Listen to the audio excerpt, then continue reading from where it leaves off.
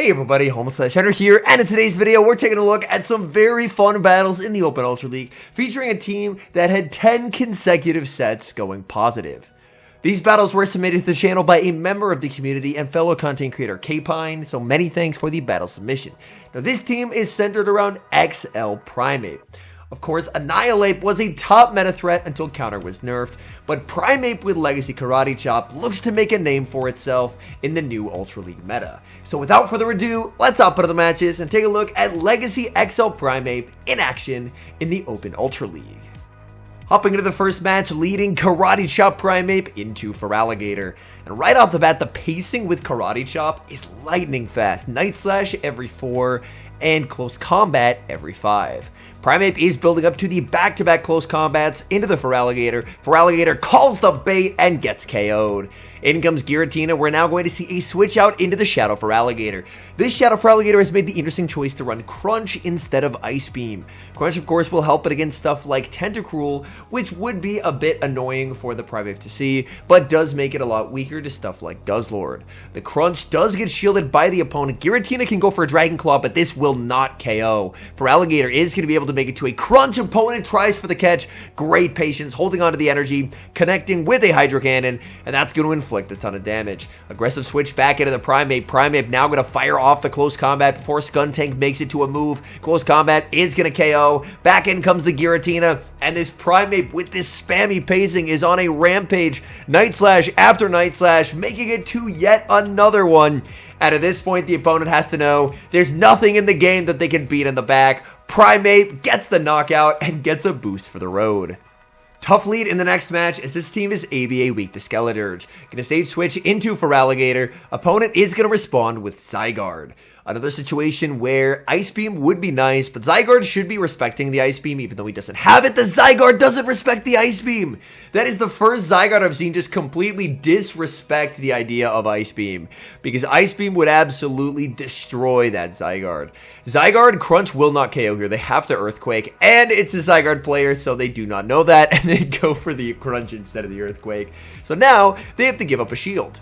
So Zygarde is going to exit with energy. It's only going to be a Crunch. They don't have enough for the Quake. So now Primeape can very comfortably tank this move. Primeape has a shield advantage and a small energy lead as well.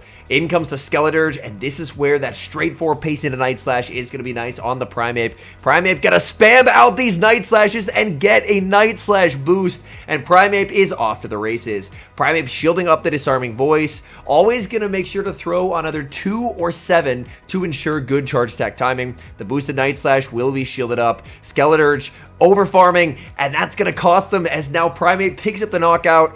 Night Slash KOs. What is in the back? It's a Registeel. They want no part of a boosted Primeape, so the opponent is going to resign the match. There's another core breaker on the lead in the next match, and its name is Venusaur. Venusaur beats both the Primeape and the Shadow Feraligatr. We're going to see a save switch to Registeel this time. Registeel answered with a Shadow Claw Giratina, and this is a matchup where the lowered chance to debuff from Zap Cannon definitely is unfortunate for the Registeel. As previously, Registeel could flip this with an early debuff. The Zap Cannon is going to connect, and there is the debuff, so a bit of good luck goes Kpine's way in this matchup, as getting that early debuff now means that Registeel can compete in the zeros. Registeel going for another Zap Cannon. One debuff is nice. A second debuff would seal it. Zap Cannon does not get the debuff. Again, it is a drastically lower chance this season. Opponent will go for even more Shadow Sneaks, but post debuff, those do honestly laughable damage. Registeel, another Zap Cannon. This won't KO, but the hope is that it will put it into lock-on farm down range. The Zap Cannon gets this Giratina very low, but is a lock-on farm down possible? This is going to be very, very close. The Shadow Sneak will connect. Registeel, aggressive switch into Feraligatr, and sniping down the Giratina. You would expect that the opponent would bring in the Venusaur here, and they will. Venusaur with a small energy advantage, firing off this Frenzy Plant. We will see the shield from the Feraligatr. Feraligatr farming up to the back-to-back Hydros and going for the bait. I honestly really like this bait. The Venusaur has a decent amount of energy. They are going to want to protect it from a potential Ice Beam. This is another Frenzy, and we will see the shield from the Gator. Gator is going to look to farm up, going for another bait. Does the opponent end up trying to call it here? The Hydro Cannon gets no shielded as they do end up calling the bait. That is unfortunate. Hydro number 2 picks up the KO. They're saving the shield for their final mon, which is Zygarde. I'm quite surprised that they didn't bring in the Zygarde to the Registeel. But I guess they figured that as long as the Zap Cannon debuff didn't happen, Giratina was pretty safe there. But unfortunately for them, the Zap Cannon debuff did occur. Farming up a ton of energy with the Primeape and attempting a catch onto the Registeel. Registeel makes it to the Focus Blast. Focus Blast is going to be getting this Zygarde low. In comes the Primeape, but it gets one turn lag and the charge attack doesn't show up. Earthquake from the Zygarde rocks the Primeape. Primeape now going to go for a Night Slash into a close combat. Night Slash is going to get them low. There's the close combat, and Zygarde is getting KO'd. Down it goes to the close combat, and that is a good game. Primeape picking up a very tough lead in the next match as it leads into Galarian Weezing. This will require an immediate switch out into Feraligatr. Opponent decides to just go for the Brutal Swing. This denies the full sneak, but a Brutal Swing not going to do a lot of damage, so Feraligatr can very safely no shield. In comes Malamar. Honestly, I think XL Malamar is an incredible pick in the Open Ultra League right now. I just don't have the XLs for it. However, with the Psychic Spectacular event, Inkay is actually returning to the wild. And I'm very excited to grind, hopefully for a couple days, and be able to finish out those Malamar XLs, because that thing is an absolute beast. So during that Psychic Spectacular event, make sure to have a Tier 3 Mega active that is a Psychic type, so that way you can maximize those XL Candy gains. Malamar's superpowers, their attack and defense now lowered, and that honestly might prevent them from farming down here. Feraligatr going for the Hydro, it's shielded, and Feraligatr gets to the last second Hydro Cannon, flipping switch, and that is absolutely massive, as now this frees up Primeape from being stuck on the Weezing. In comes Registeel. Even if the Weezing has overheat, this is fine, because as Registeel, you can tank that move. They're not throwing their energy quite yet. Registeel is going to get to a Zap Cannon. Zap Cannon gets an attack drop. And now let's see, what is that moveset? It is going to be the overheat. That does big damage. In the back is Shadow Machamp. And we have the Battle of Fighters. Shadow Machamp with the pacing advantage, spamming out these cross chops. But cross chop does not hit like close combat does. Primeape looking to overfarm here. Fire off the close combat into Machamp. Picks up the KO. In comes Weezing. Weezing looking for the farm down, but Primeape able to make the close combat. This is double resisted, and it still knocks out Primeape despite the terrible leads, putting in some great work in these matches. Hopping into the next match, Primeape into Dusknoir. Oh boy, this is a terrible lead. Anytime you don't have a Ghost Resist on your team and your opponent has a Dusknoir, it's honestly going to be a pretty long battle. Dusknoir farms up a ton of energy. Feraligatr is going to shield. It is an Ominous Wind. Oh no, this opponent made the same mistake that I did, and that is they forgot that Dusknoir actually got Shadow Punch. I mentioned in my Dusknoir feature, but I accidentally ran it for 2 sets with Ominous Wind and Shadow Ball before I realized that it got Shadow Punch. And I was thinking to myself, why is Dusknoir not doing the best? And then someone beat me with a Shadow Punch Dusknoir, so I finally TM'd it, and then it was way better. In comes the Dusknoir. Dusknoir is going to be taking super effective damage from the Night Slashes, but this is the non-Shadow Dusknoir. So they can actually survive there. We're going to see a switch into Registeel to absorb this energy. And Registeel is going to take significant damage from Shadow Ball. In the back is Cobalion. And unfortunately, as long as the opponent manages their energy well, there is no longer a way to win this game.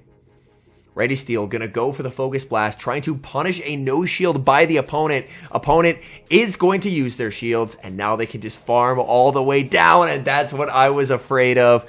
Primeape just does not have the energy to win this game. Cobalion is absolutely loaded. Sacred Sword after Sacred Sword. Primeape will go for the bait, trying what it can here, hoping for a bait.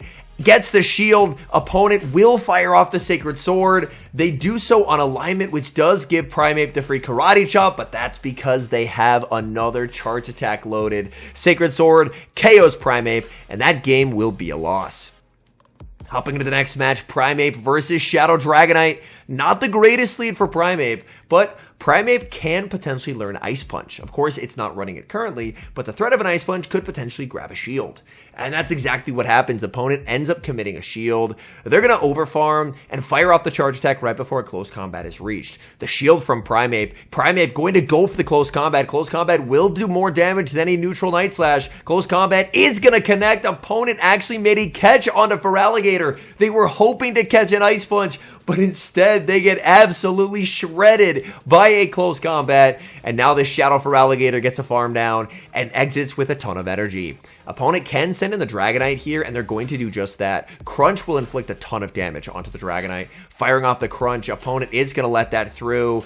Unfortunately, Feraligatr unable to get the farm down, losing charge attack priority. Do you just go for an aggressive lock-on farm down? In comes the Ready Steel. I love this play. Opponent switches into their own, but they're down energy, and that means they're going to be in for a very difficult game here. The Focus Blast will connect. Opponent farming up to right around 100 energy before they launch their move. It will be the Zap Cannon. They're fishing for the debuff, but the debuff does not arrive. And now K-Pine will go for a Zap Cannon of his own. Fishing for that debuff chance. Getting the shield from the opponent. Getting the debuff. The debuff luck has been on point in these sets. Ready Steel Focus Blast now not going to do the same damage that it typically would. The switch out into the Dragonite. Farm it up. And the catch onto the Primeape. Perfect energy awareness there. And that is instantly game winning. Opponent actually went for an undercharge, but they end up undercharging slightly too much. Close combat from the Primeape knocks out the Registeel and secures victory.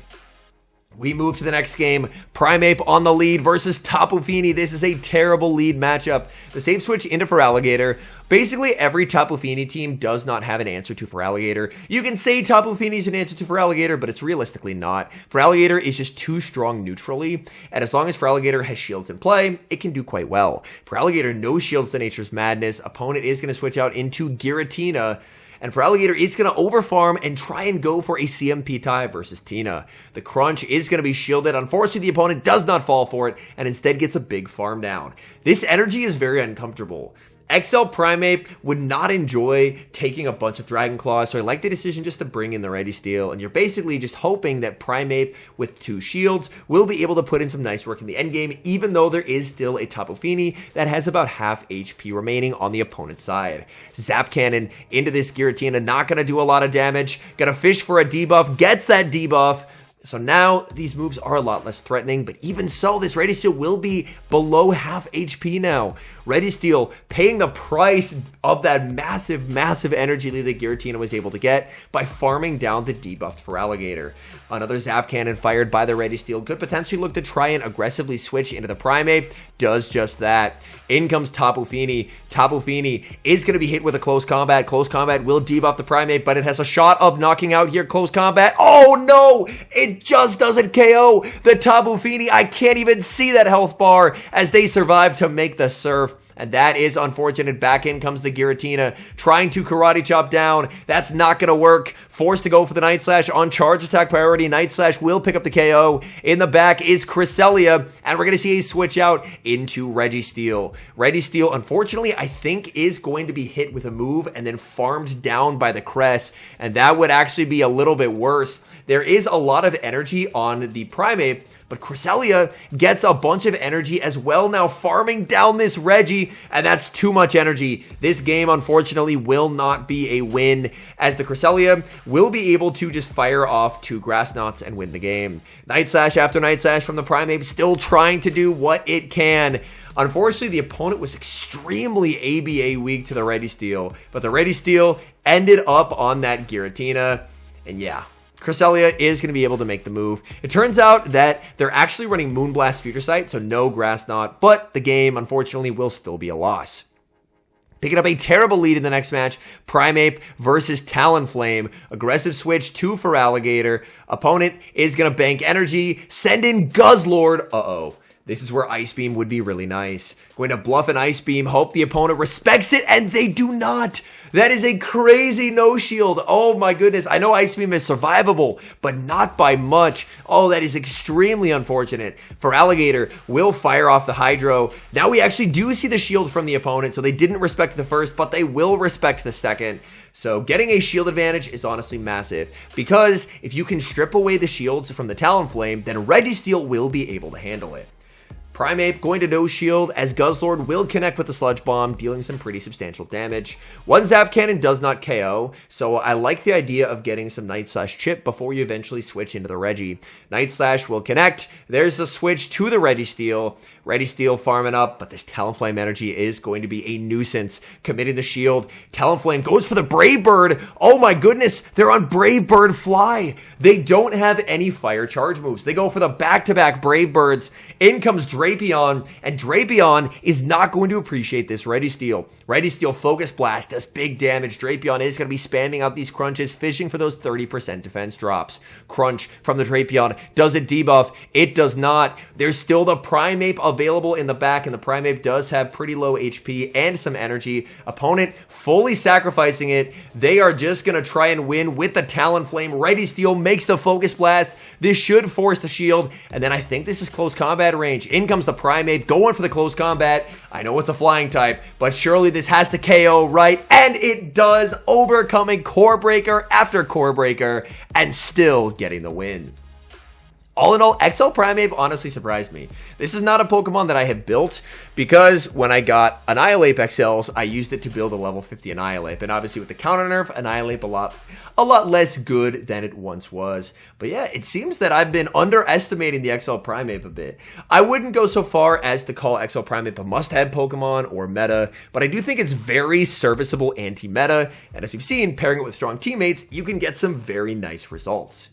Anyways, thank you guys so much for watching. If you're enjoying the content, make sure to leave a like and subscribe to the channel if you haven't. And a special thank you as always to our members here on YouTube. The support guys provide is sincerely appreciated. So thank you guys oh so very much. And until next time, I've been HomeSliceHenry.